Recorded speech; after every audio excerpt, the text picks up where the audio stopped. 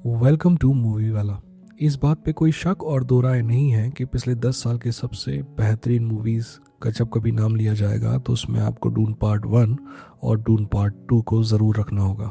और पिछले 15-20 सालों में बड़े बड़े स्टूडियोज़ ने जो सीक्वल का नंगा नाच नाचा है, उनकी इस प्रवृत्ति का पीछा करते हुए नहीं नज़र आते हुए ड्यून पार्ट 2 के निर्माता निर्देशक। सरल शब्दों में कहा जाए तो डून पार्ट 2 सिर्फ इसलिए नहीं बनाई गई थी क्योंकि बनाना ज़रूरी था, पैसे कमाना ज़रूरी था। वो इसलिए बनाई गई थी क्योंकि वहाँ एक स्टोरी थी। जब कभी मैं डून पार्ट 2 देखता हूँ तो मुझे टर्मिनेटर की याद आती है कि कैसे पहला पार्ट अच्छा था और दूसरा पार्ट उससे भी अच्छा था। और इसी चक्कर में उम्मीद पड़ गई थी कि भाई आगे कुछ होगा। फिर हमें जितने भी पार्ट मिले सब घटिया ही मिले।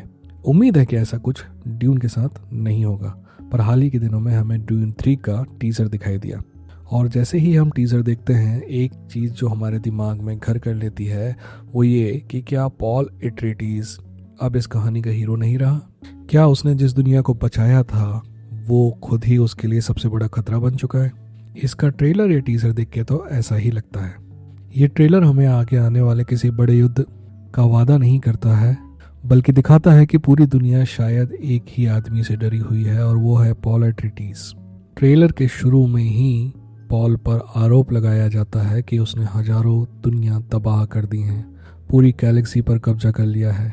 कुछ सालों पहले तक उसे हीरो, उसे मसीहा मानने वाले लोग आज एक तानाशाह की नज़र से देखते हैं। अब सवाल उठता है कि क्या ऐसा पॉसिबल है?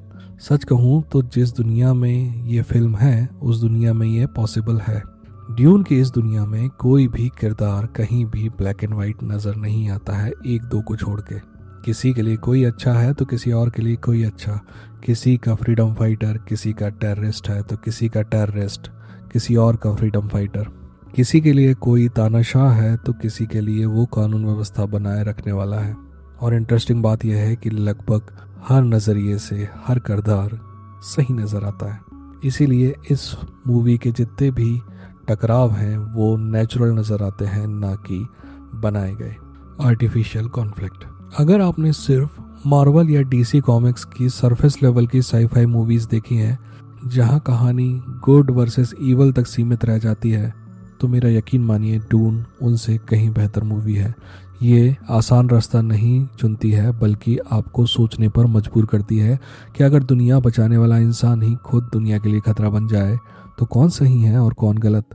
ट्रेलर में एक और चीज़ साफ दिखाई देती है और वो ये कि इस फिल्म का डायरेक्टर इस फिल्म से किसी भी समझौते करने के मूड में बिल्कुल भी नहीं है। स्केल पहले से भी बड़ा दिखाई देता है पर यहाँ पे कोशिश आपको चीज़ें खूबसूरत दिखाने की जगह चीज़ों को असली दिखाना है। आप स्क्रीन को कहीं भी रोकें आपको एक पेंटिंग नज़र आती है। ये बनाई गई दुनिया असली महसूस होती है। ये सभ्यताएं अपनी सी लगती हैं और लगता है कि ये साम्राज्य, ये युद्ध सदियों से मौजूद है। यही वजह है कि कई लोगों का मानना है कि डून सिर्फ देखी नहीं महसूस की जाती है। वैसे अगर आपको टाइम मिले तो डून मूवीज़ जिस किताब पर बेस्ड हैं, जिन किताबों पर बेस्ड हैं, कभी उन्हें भी पढ़िएगा। बहुत ही शानदार किताबें हैं और सारे के सारे नावल आपको सोचने के लिए मजबूर करते हैं क्योंकि डून में जो सबसे बड़ी ताकत है वो आपके दिमाग की ताकत है। ट्रेलर हमें ये बताना चाहता है कि इस बार की लड़ाई जो है वो शायद कहीं ज़्यादा बड़ी है, कहीं ज़्यादा व्यक्तिगत है।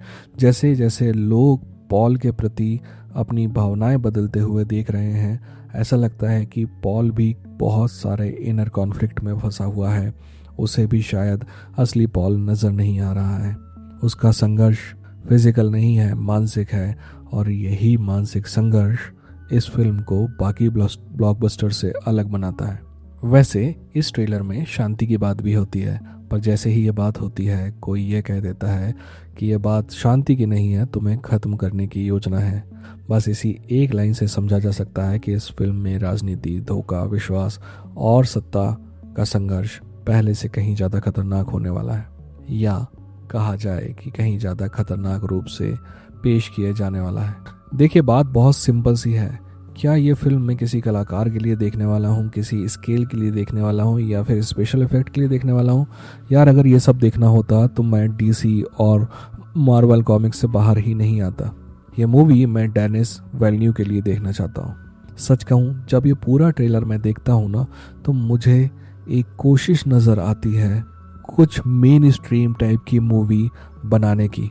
पर अभी तक मैंने जो कुछ भी देखा है ड्यून मूवी में, वो ये कहता है कि डेनिस ज़बरदस्ती कोई भी काम करने की कोशिश नहीं करेगा, वो गलत कदम नहीं उठाएगा। तो इसी उम्मीद पर मैं ये उम्मीद लगा के बैठा हूँ कि तीसरी मूवी भी मुझे सोचने के लिए मजबूर करेगी।